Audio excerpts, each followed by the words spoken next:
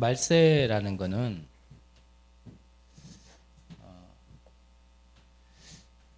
예수님께서 부활하시고 승천하셨을 때부터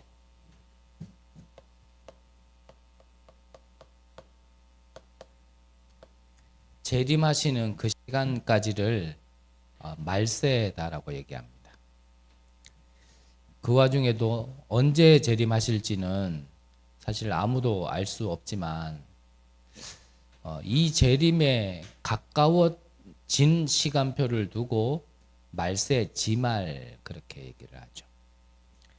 그러면 우리에게 세계복음화라는 주어진 시간 안에 세계복음화할 수 있는 시간은 언제냐면 바로 이 사이에 있는 시간 동안만 우리는 세계복음화할 수 있죠. 그래서 재림 오신 이후에는 사실 세계복음화 할 필요 없죠. 그때는 이미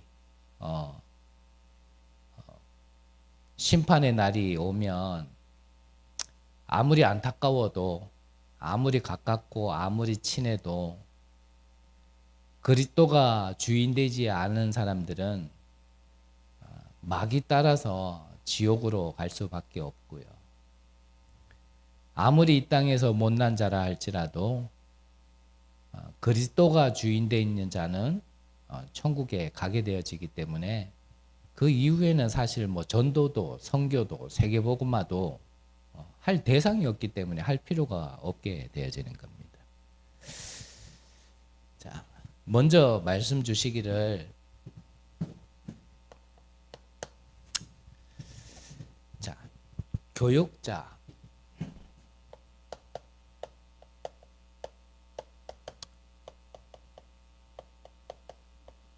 그리고 중직자 그리고 이 다민족의 중직자 지도자까지 이들이 정말 편안하게 기도도 하고 또 이들이 쉼을 얻으면서 힘도 얻고 그러면서 진짜 편안하게 이 선교에 대한 포럼도 할 수 있고 이들이 왔을 때 진짜 필요한 자료도 좀 볼 수 있고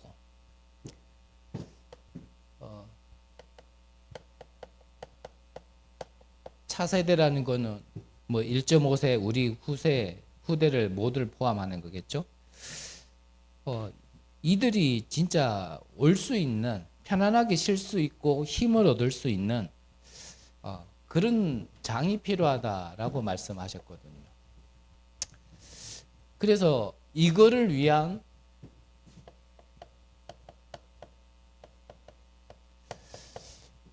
일천망대를 세워라. 그래서 룸이라고 좀 표현했죠. 방. 이게 없으면은 이들이 오기는 했지만 객으로 있다가 간다 그랬습니다. 근데 손님이 아니라 이들이 주인 될 수 있도록 이들이 정말 내 집처럼 여길 수 있도록 좀 그렇게 해야 된다라고 말씀을 하셨거든요. 어제도 어떤 한 분을 좀 저를 만나고자 해가지고 제가 만났습니다.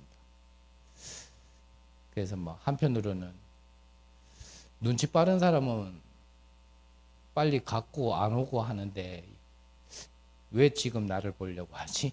그런 생각도 들긴 하지만 이분을 만나가지고 뭐 또 이런저런 얘기 하다가 마지막에 이분도 앞전에 만나신 분하고 비슷하게 물어요. 목사님은 무엇을 하고 싶으십니까? 라고 이렇게 이렇게 질문을 했나? 하여튼 비슷하게 질문을 하길래 저는 기도하는 게 있습니다 라고 얘기하면서 왜 저는 경주 사람도 아닌데 하나님이 경주에서 교회를 하게 하셨을까?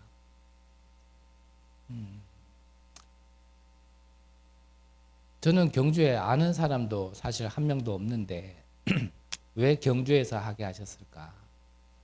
이런 걸 두고 하나님 앞에 질문도 많이 해보고 고민도 많이 해보고 생각도 많이 해보고 있다 말씀드리면서, 그런데 시간이 지나면 지날수록 이런 부분에 있어서 좀 뭔가 이렇게 조금 더 구체화되어진다고 할까요? 좀 이렇게 좀 더 세밀하게 보여지는 것들이 있습니다 라면서 얘기한 게, 꼭 요대로는 아니지만 이런 바탕을 두고 저는 처음부터 조금 지금까지 기도하는 부분이 있다라는 걸 쭉 얘기 드렸거든요. 그래서 저는 그렇게 말씀드렸어요.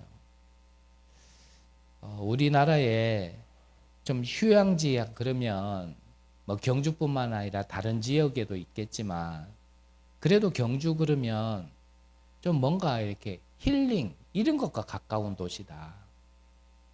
아닌 말로 제가 대구 있다가 경주만 와도요, 사실 공기가 좀 많이 달라요. 그리고 구석구석에 보면 좀 안 좋은 편으로 하면 개발이 안 됐고, 좀 좋은 편으로 좋은 쪽으로 얘기하면 그만큼 뭔가 청정 지역이 많은데, 좀 이런 곳에 정말 이 전 세계에 또 국내에 뭔가 이렇게 쉼을 얻고 힘을 얻을 수 있는 이런 쉼터가 있었으면 좋겠다.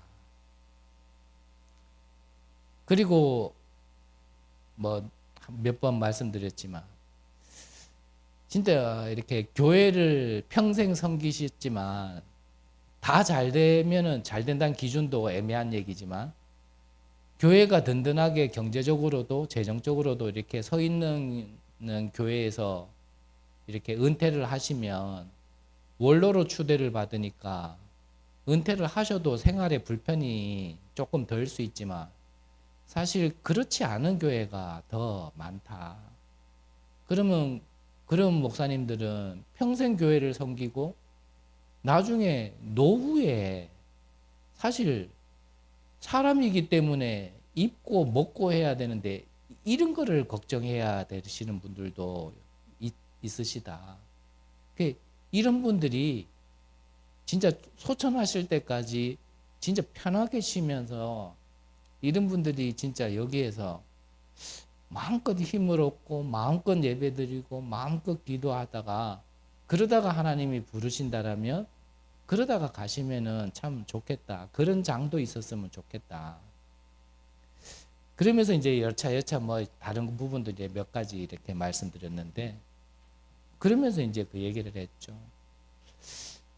우리가 사실 어찌 보면은 그게 그냥 단순한 계산으로 보면은 그러면 그런 시설이나 그분들이 왔을 때 들어가는 어떤 여러 가지 부분이나 그 뭐 남는 것도 없고 손해 보는 거 아니냐 생각할 수 있겠지만 저는 그렇게 생각 안 하거든요. 아닌 말로 오라 그래도 안 오실 분들도 많을 텐데 본인들의 발걸음으로 오셔가지고 그분들이 오시면 뭐 하겠냔 말이에요. 와가지고 예배 드리겠죠. 와가지고 계시면서 기도하시겠죠. 그러시면서 만남이 있다라면 그분들에게 전도하시겠죠.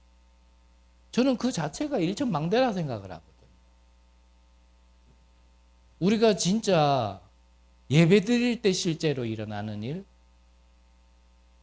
이 보좌의 축복은 237을 초월하여서 진짜 시공간을 초월하여서 237에게 빛을 전달해지는 비밀이 이 보좌의 비밀이고 그게 기도의 비밀인 걸 안다라면 사실 그게 작은 축복이 아니거든요. 그래서 앞전에도 한번 말씀드렸지만 한 분이 이 강변 쪽에 아파트에 계시다가 이제 이사를 하셨어요. 근데 이사한 그 터가 그 집들이 들어서기 전에는 공동묘지터였던 거예요. 그러니까 아무래도 불신자들은 뭐 신분 다르죠. 권세 다르죠. 따라오는 배경 다르니까 그 공동묘지터 위에 집 세워놓은 거기에서 귀신의 영향이 직접 받는 거예요. 거기에서 직접 귀신도 막 보게 되어지고 느껴지고 막 이런 일들이 막 일어나는 거예요. 근데 이 권사님이 이사를 가셨는데 이 권사님 옆집에는 그게 아주 너무 심하고 근데 이 권사님조차도 막 양치하거나 머리 꼭 숙여가지고 머리 감으려 그러면 뒤에서 보인다라는 거예요. 왔다 갔다 한다라는 거예요. 그래가지고 막 결박하신다고 막 그런 얘기 하시길래 그래서 그 당시에 그랬죠. 권사님 결박하지 마시라. 제발 결박하지 마세요. 왜 결박하지 말아야 되냐.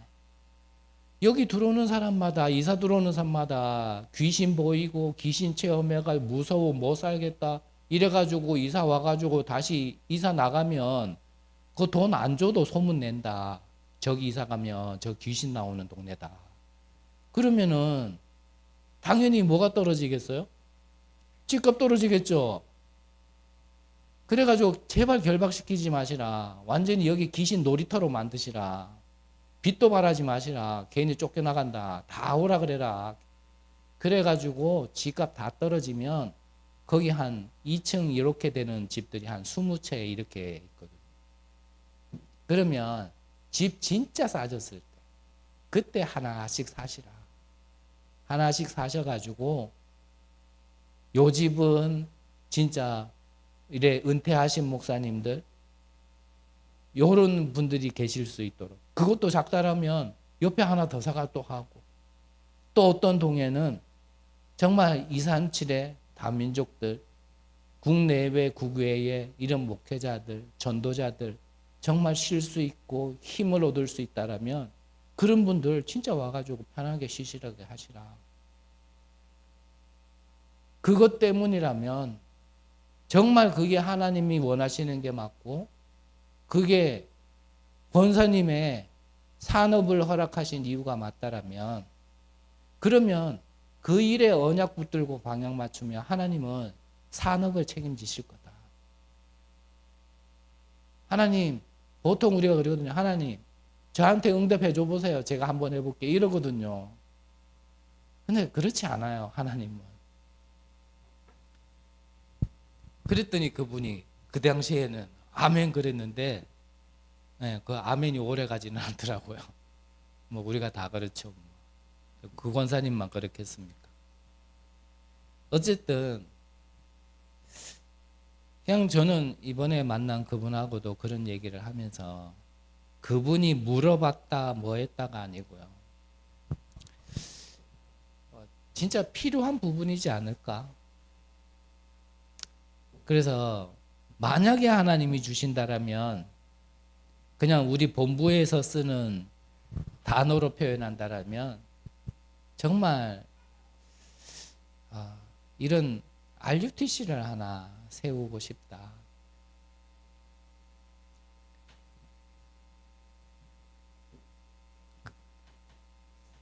그래서 저는 뭐 안 주시면 어쩔 수 없고요. 일단은 뭐 내 입을 크게 열어라 했으니까 입 열었는데 뭐 안 채워주시면은 그냥 입 닫으면 되는 거고 만약에 내 입을 크게 열었는데 하나님이 그게 언약이 맞아서 하나님이 원하시는 게 맞아서 채우신다라면 그렇다라면 저는 제가 목사로서 사례받는 교회를 얘기하고 싶은 게 아니고요. 이런 역할을 할 수 있는 저는 교회를 하나 남기고 싶다. 그런 마음이 저는 있는 겁니다. 그러려면 사실 우리끼리 못합니다. 이거는 개교에서 혼자 할 수 있는 게 아니에요. 그리고 개교에서 아무리 재정이 있다고 해서 세워놓는다고 되는 게 아니에요. 이건 한 교회, 개교의 응답이라기보다는 지역의 응답으로 우리가 받아들여야 돼요. 우리가 그 부분에 있어서 심부름할 게 무엇인가 그 부분에 우리가 심부름하고 헌신하는 거지 우리 교회는 저거 해야겠다. 그게 아니라니까요. 그래서 그분께도 그래 말씀드렸죠. 그러려면 우리 경주 안에 있는 오직 복음만 말하는 교회와 목회자분들과도 연합해야 된다. 함께 가야 된다.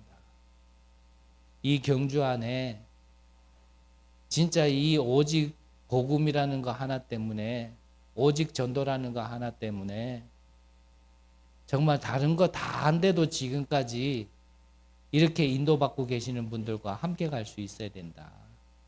이제 그 얘기를 조금 했는데, 저의 말에 영향받지 마시고 정말 이 경주라는 지역에 우리나라 민족과 전 세계 237에 필요한 부분이다라고 생각 드시는 부분이 있다면 정말 함께 기도했으면 좋겠습니다. 자, 그러면 이 일을 함에 있어서 이게 하나님이 원하시는 게 맞다라면 여기에 분명히 하나님이요 사람을 붙이실 거거든요. 더 정확하게 얘기하면 사람이라기보다는 제자를 붙이실 거거든요. 근데 서론에서 말씀 주신 것처럼 이 제자가 사실 딱 그냥 봐도 아주 깔끔하고 아주 멀쩡한 이런 모습으로 오면은 아 제자 맞다 이러면서요 바로 우리가 좀 이렇게 혹할 수 있겠는데 사실 그렇지 않단 말이에요. 그래서 이 제자는요 가면을 쓰고 옵니다. 가면을 쓰고 와요. 어떤 가면이요? 마약 중독자, 알코올 중독자, 도박 중독자, 영적 문제 심각한 자, 정신 문제 심각한 자, 삶이 무너진 자, 뭐 이런 식으로요 가면을 쓰고 온단 말이에요. 세상에도 성공한 사람이 이 사람이 그래도 이렇게 슈퍼카를 몇 억씩 하는 자동차를 현금으로 그냥 살 정도면 그래도 조금 성공했다고 얘기할 수 있겠죠.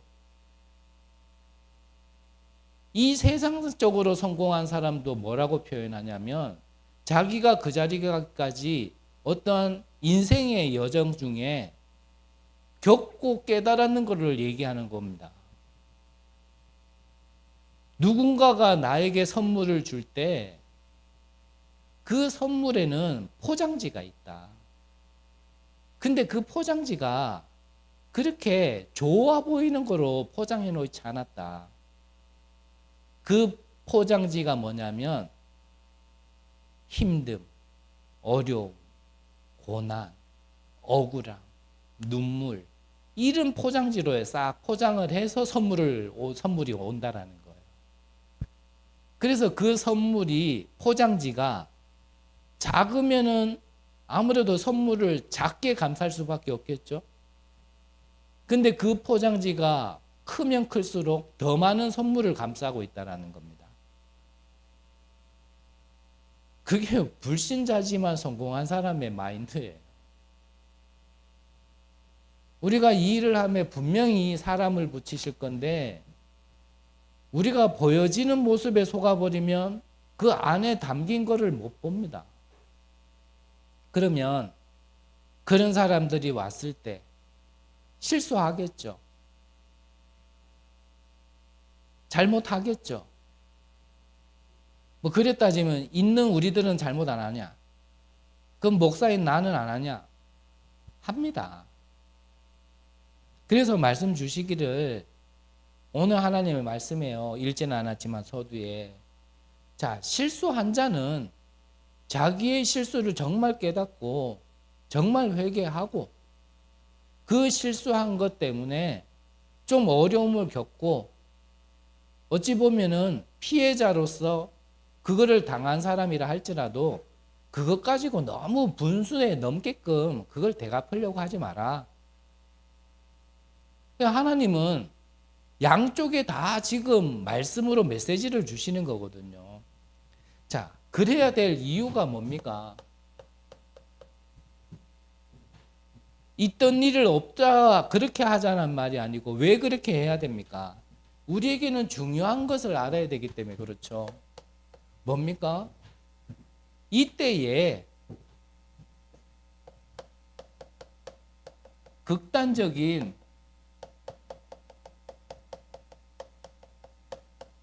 율법주의가요 힘을 쓰기 시작하는 겁니다. 뭡니까? 지금 우리 한국 교계에서도요 유목사님과 우리 다락방 단체를 두고 비방하는 것 중에 하나가 이겁니다. 그리고 그래도 우리가 다락방 단체라는 거 안 했지만 그래도 교단의 뿌리로 본다면 우리는 장로교 쪽이거든요.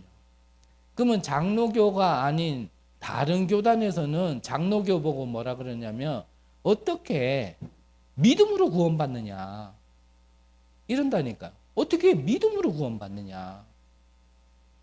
앞전에도 몇 번 말씀드렸지만 장로교가 그 말씀의 뿌리는 칼빈주의에서 나와집니다. 칼빈주의는 뭐냐면요. 말 그대로 우리가 믿음으로 구원을 받는데 그 믿음마저도 하나님이 주신다라고 얘기를 합니다. 그래서 로마서 1장에도 보면 우리가 믿음으로 말미암아 구원에 이르게 하시는. 그런데 이 칼빈주의가 아닌 알미니안주의 속의 교단들은 뭐라고 얘기하냐면 하나님이 구원도 계획하셨고 그 구원을 주시는 것도 하나님이 맞다. 하지만 그 구원의 손길을 사람이 잡아야지만 구원이 완성되어진다라고 얘기하는 게 알미니안주의예요. 그러니까 그들은 무엇을 얘기하냐면 성결을 얘기하는 거예요. 성결이 뭐죠? 똑바로 살아라 이거예요. 그러니까 장로교 보면 무서운 거예요. 잘못은 시컨 다 해놓고 회개했다 그러면 그럼 회개만 하면 끝나나? 이렇게 나오는단 말이에요. 근데 어찌 보면 또 맞는 얘기잖아요. 자칫 잘못하면은 우리가 그럴 수 있거든요. 방종과 자유를 분별하지 못하면 내가 막 방종을 해놓고 뭐 복음인데 뭐 이럴 수도 있단 말이에요. 맞잖아요. 근데 또 반대측에서 보면은 그러면 우리는 그리스도로 완전히 해방을 얻은 우리가 자칫 잘못하면요. 그 묶인 거에서 구속된 거에서 해방받았음에도 불구하고 또 다른 구속 속에 들어갈 수 있단 말이에요. 근데 이거 그러면 기준선이 어디냐? 그 기준선을 어떻게 이론과 말로는 정확하게 이렇게 그을 수 없기 때문에 계속 되어지는 게 뭐냐면 신학 교리의 싸움인 거예요. 그리고 이거는 어떻게 보면은 그 선을 우리가 눈에 보이는 선명한 기준으로 삼을 수는 없는 거거든요. 그러니까 그리스도 그냥 믿으면 되냐? 믿었다면 끝난 거냐? 그렇다라면서 그렇게 하는 거냐? 이런 거를 갖다가 언제 치고 나온다고요? 우리의 잘못이나 실수 가지고 우리가 분쟁하고 있고 이럴 때 이게요 치고 나오는 거예요. 그리고 극단적인 신비주의. 수요일 날도 말씀드렸지만요. 개인의 시간표 속에 하나님의 주권 속에 또 필요했으니까 그걸 겪어야 됐어야 될 분들은 겪어야 됐겠지만 그게 또 다 옳은 거는 아니잖아요. 우리가 복음을 진짜 제대로 바르게 알지 못하고 진짜 신앙생활을 어떻게 해야 되는지를 우리가 못 배웠던 시간표 속에는 그랬을 수도 있겠지만 뭔가 하나님 믿으면 뭐 사랑이 넘쳐나야 되고 하나님 믿으면 복 받게 되어지고 복 받죠. 근데 그 복이 하나님이 주시는 복과는 다른 얘기잖아요. 예수님께서 공생에 오셨을 때 그래서 복의 개념부터 다 바꾸신 거 아닙니까? 뭔가 성령이 임하면 불 받게 되어지고 진짜 그 성령의 뭔가 체험 속에 기도하면 진짜 방언도 터지게 되고 그럴 수도 있겠죠. 그 성령이 임하고 하나님 만나면 뭔가 사람이 마음이 녹아가지고 눈물도 터지고 그 마음으로 다른 사람도 사랑하고 틀린 말은 아니에요.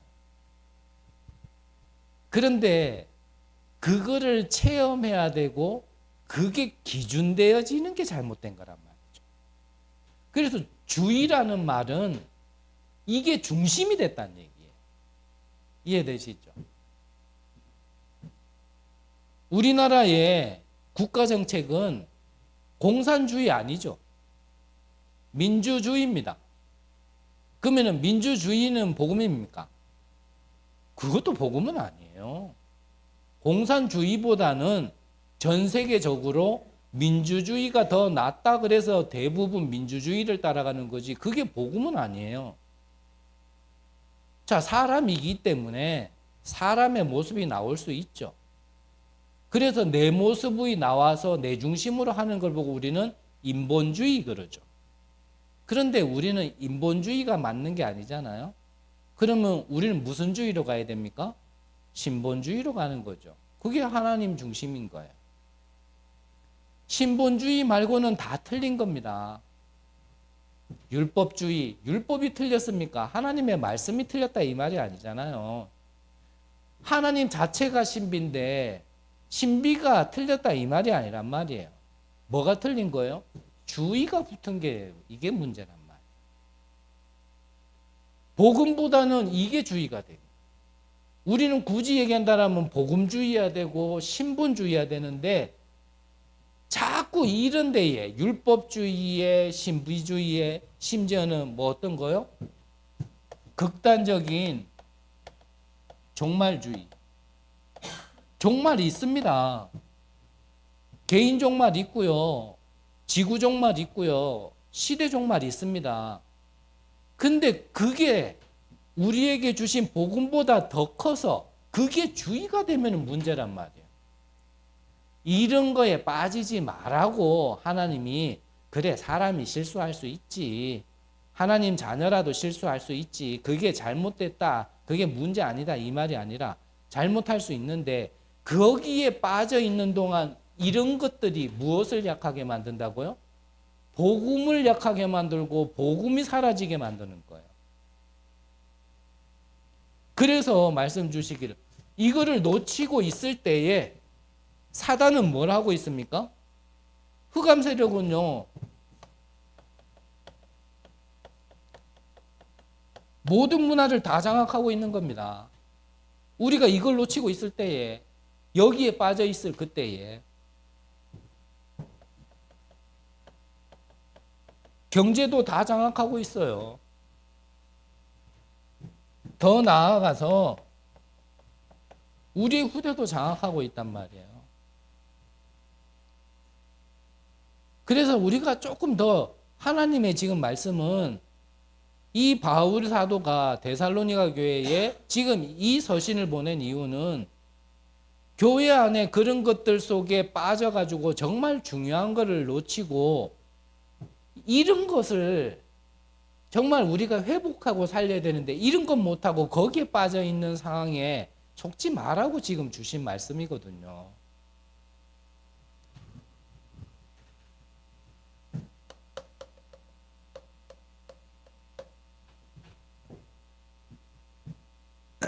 그래서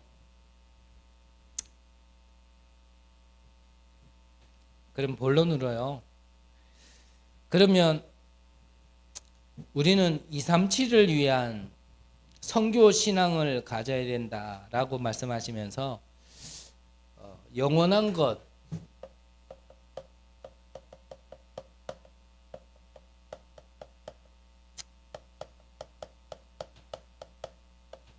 세 가지를 말씀하셨습니다. 자, 그 중에 첫 번째가요. 오늘 읽었던 13절인데 자, 뭐 자세한 거는 여러분들 말씀 받으셨고 또 성경을 읽으시면서 확인해 보시고요. 13절에 나와 있는 영원한 면류관입니다. 우리에게 영원한 첫 번째 영원한 면류관 그래서 에베소서 1장에 보면요. 하나님께서 우리를 선택하신 거는 이미 언제부터 선택하신 거냐면 영원 전부터예요. 영원 전부터. 우리 개인으로 따진다면 우리 개개인을 하나님이 이미 아시고 우리를 구원 주시기로 선택하시고 영원한 축복을 주시기로 모든 계획을 하신 것도 2000년대에 들어서서 하신 게 아니고 이미 언제부터요? 영원 전부터예요. 그 말은 뭐냐면 우리가 엄마 뱃속에 잉태되기 전부터. 그 말은 무슨 말이냐면 우리가 불신자로 있을 때도 사실 우리의 모든 삶은 하나님의 영원한 계획 안에 있었던 겁니다. 그렇다면 하나쯤은 알아요. 우리가 복음 없이 불신자로서 여러 가지 겪었던 모든 것조차도 하나님의 주권 계획 안에 있었더라는 것. 인정하셔야 돼요. 그때는 하나님과 상관없다. 그렇지 않습니다. 다 필요한 겁니다.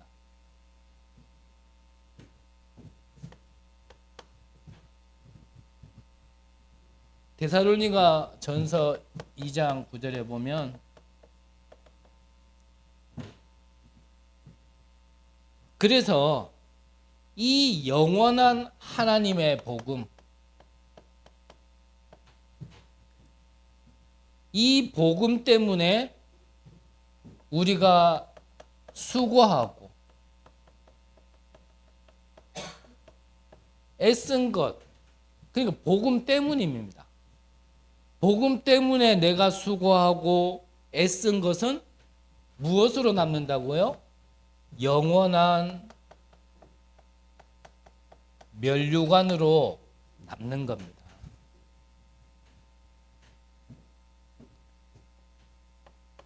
그래서 그리스도께서도 요한복음 14장에 보면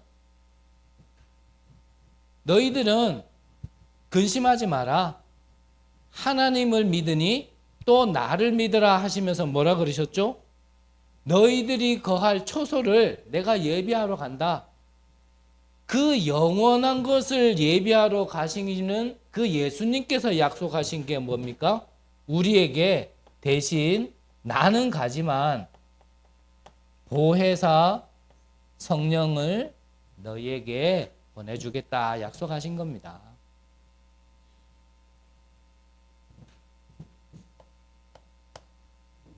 두 번째로는요. 14절부터 15절에 나와 있는 내용이죠. 우리는 오늘을 사는 것 같지만 오늘이 전부 아니죠. 이 영원이라는 전체 시간표 속에 그 속에 우리는 오늘을 사는 겁니다. 그래서 지금만 보면 안 된다라고 늘 말씀드리고 싶은 부분인데 지금 조금 뭔가 응답받았다, 문이 열렸다, 그게 전부가 아니라니까요. 반면 뭐 문이 열리고 응답받은 것보다는 사실상 우리가 대부분 안 되고 있는 시간표에 오늘에 아마 머물고 있는 분들이 더 계시지 않을까 싶은데 그 오늘 안 되고 있는 것도 오늘만 보면 지금만 보면 안 되는 거 맞는데요. 영원이라는 것 속에 오늘을 봐야 그래야 그게 답이 나와집니다. 예를 든다면 요셉. 영원이라는 걸 두고 지금 노예로 가는 것, 지금 감옥에 가 있는 것을 봐야 답이 나오지 영원이라는 걸 못 보고 노예만 보고 감옥만 보면 요셉만큼 망한 사람이 없는 거예요. 하나님의 이 꿈을 붙잡고 망한 대표적 인물이 됐겠죠. 성경 속의 인물들을 다 얘기할 수는 없고 한번 그 관점으로 보시라니까. 그래서 이후의 것이 있단 말이죠.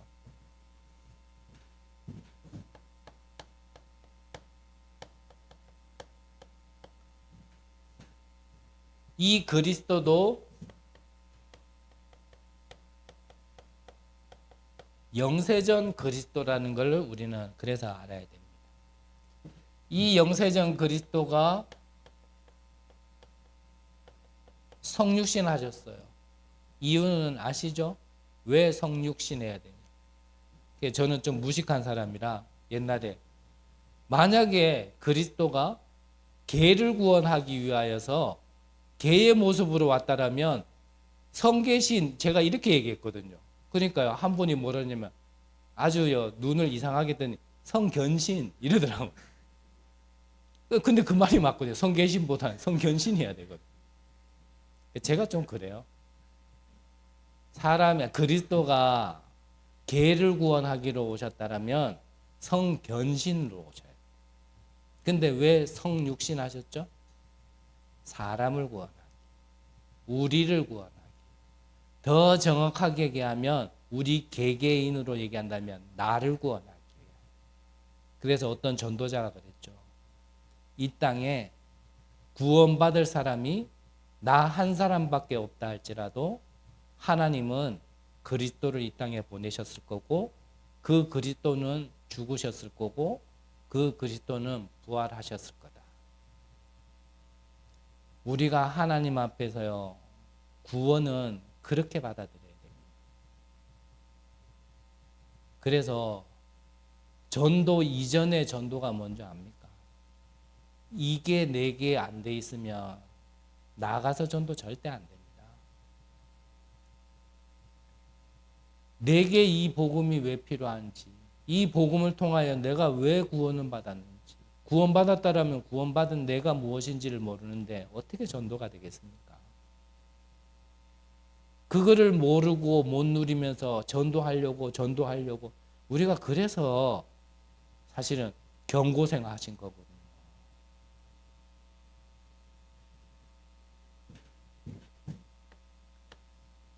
이 영세전 그리스도가 부활하신 그리스도,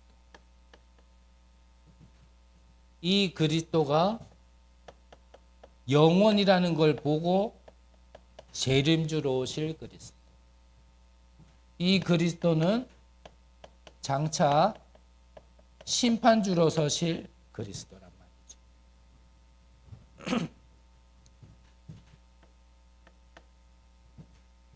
그래서 앞서 말씀드렸지만 우리는 하나님 앞에 선택받은 게 이미 영세 전에 우리는 하나님께요 선택받은 자들입니다.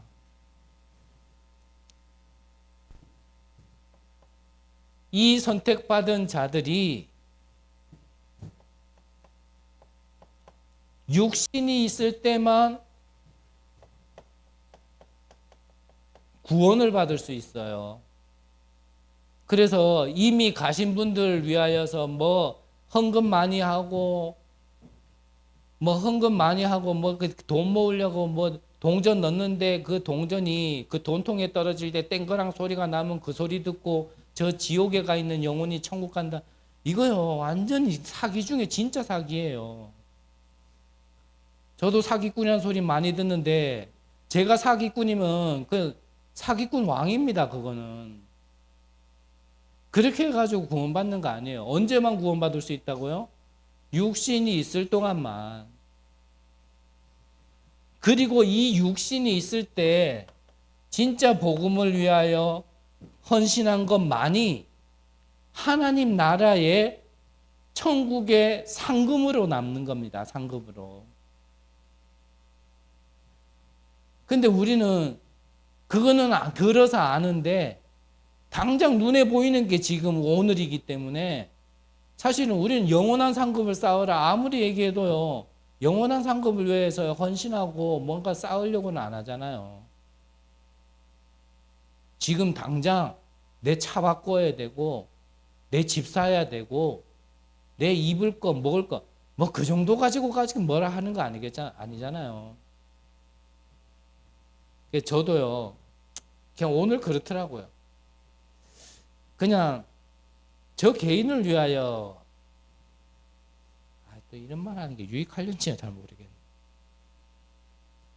그냥 저 개인을 위하여 이렇게 최근에 돈 써본 적이 없어요. 근데 오늘 그냥 이렇게 동네도 돌고 날도 따뜻하길래 한 바퀴 돌면서 좀 걸었더니 배가 고프더라고요.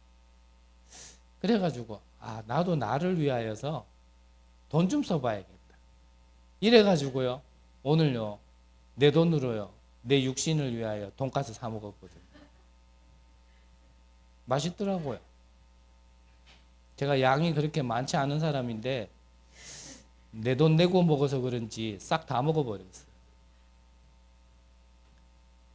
그 말이 무슨 말이냐면 저도 육신이 있어서 내 육신을 위하여 필요한 거 씁니다.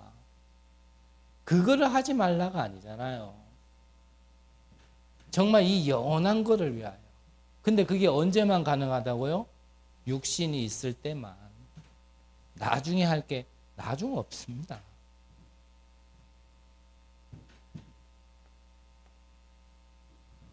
그래서 하나님은 영혼이 있을 그곳을 두고 우리에게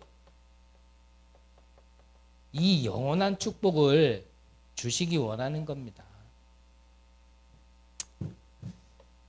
자, 마지막 세 번째가요.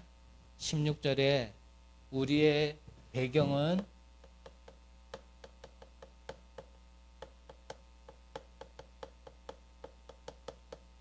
영원한 배경입니다.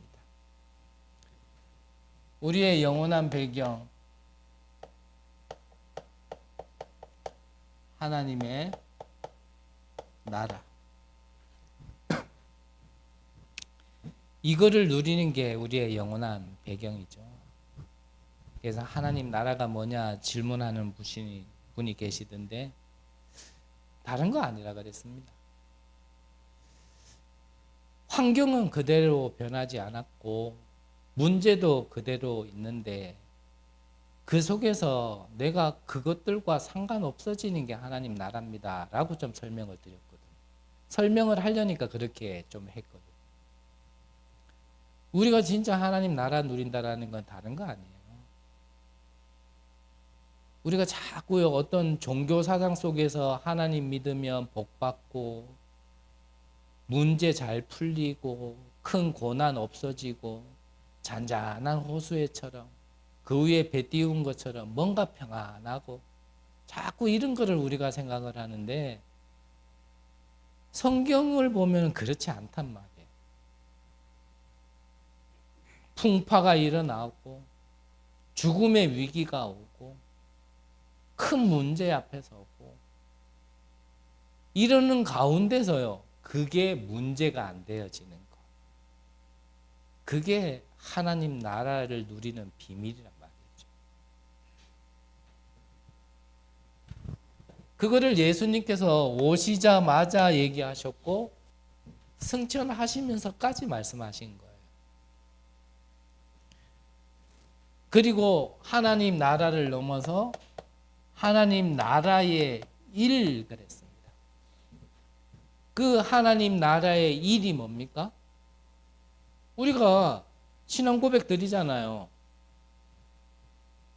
하늘에서 이루어진 것 같이 이 땅에서도 이루어지리라. 우리가 주기도문에 나와 있잖아요. 쉽게 말하면 하나님의 통치입니다. 그게 이 땅에도 임하도록, 그게 내게 임하도록, 그게 하나님 나라의 일이에요.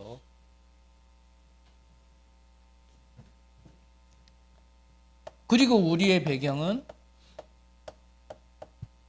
이 보좌의 배경입니다.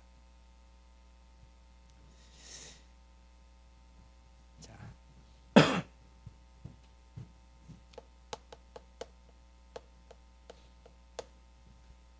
결론적으로 이제 정말 237과 이 1천 망대를 세운 데 있어서 기도하시라라고 말씀 주셨습니다. 그래서 먼저 이 교회 안에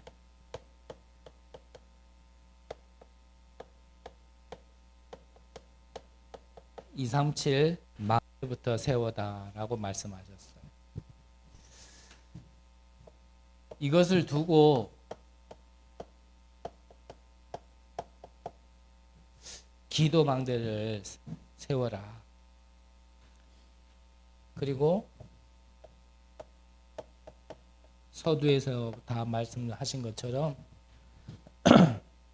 정말 자료, 이런 증거를 볼 수 있는 자료에 망대를 세우라라고 하셨고, 그리고 다 민족이 쉼을 얻고 힘을 얻을 수 있는, 손님이 아니라 내 집처럼 여길 수 있는 망대를 세우다. 그리고 이들을 초대해서 훈련시킬 수 있는 망대를 기도해라 라고 말씀하셨어요. 자, 이거를 말씀하시면서 그 얘기 하셨죠. 병원이 없이 의사가 사람을 치료한다고 돌아다니면 그거는 돌팔이다 그랬어요. 근데 의사가 병원이 일시 치료를 하면 그건 돌팔이가 아니에요. 이해되십니까? 다시 한번 말씀드리죠. 저는 제가 사례받는 교회를 세우고 싶은 게 아닙니다. 우리가 진짜 전도운동을 하려면 왜 교회가 필요한지가 깨달아질 겁니다. 우리가 진짜 전도운동을 하려면 왜 이런 장이 필요한지 알게 되어질 겁니다. 저는 저의 야욕과 욕심을 채우기 위하여서 교회를 세우겠다. 어떻게 명령을 해야 될지는 모르겠지만 굳이 얘기한다면 결론의 말씀을 토대로 얘기하면 저는 RUTC 렘넌트 유니티 트레이닝 센터, 왜 이게 필요한지를, 왜 이거를 세우고 싶어 하는지를 여러분들이 좀 이해를 하셨으면 좋겠어요. 그래야 정말 전도운동이 전도가 아니라 전도운동이 된다니까. 그래서 저는 지금도 모르겠습니다. 하나님이 응답하시고 안 하시고는 하나님이 하시는 거고, 저는 정말 우리 교회가 이런 플랫폼이 되었으면 좋겠다. 진짜 플랫폼이 있는 교회, 그런 역할을 할 수 있는 교회. 그래서 모르겠어요. 요즘 생각이 많이 들어서 교회 이름을 내가 잘못 지었나, 교회 이름을 괜히 이렇게 지어가지고 괜히 여러분들 고생시키나. 정말 하나님이 함께하는 이 임마누엘을 누리는 자는 이러한 사명이 있거든요. 언약이 있단 말이에요.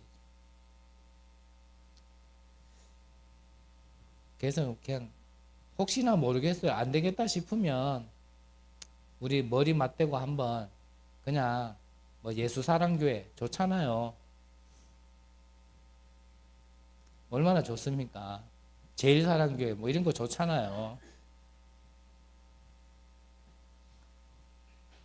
뭐 양떼교회, 목자교회 뭐 이런 거 뭐 좋잖아요. 그냥 그렇게 해도 되고요. 근데 모르겠습니다. 교만한 얘기일지 어떤 얘기일지는 모르겠지만 교회 이름을 그렇게 세웠다라는 건 이 교회의 정체성이 그렇다라는 건데, 그런 것 같으면 저는 못 있을 것 같아요. 저는 혼자 하더라도 그냥 임마누엘 언약교회 하고 싶어요.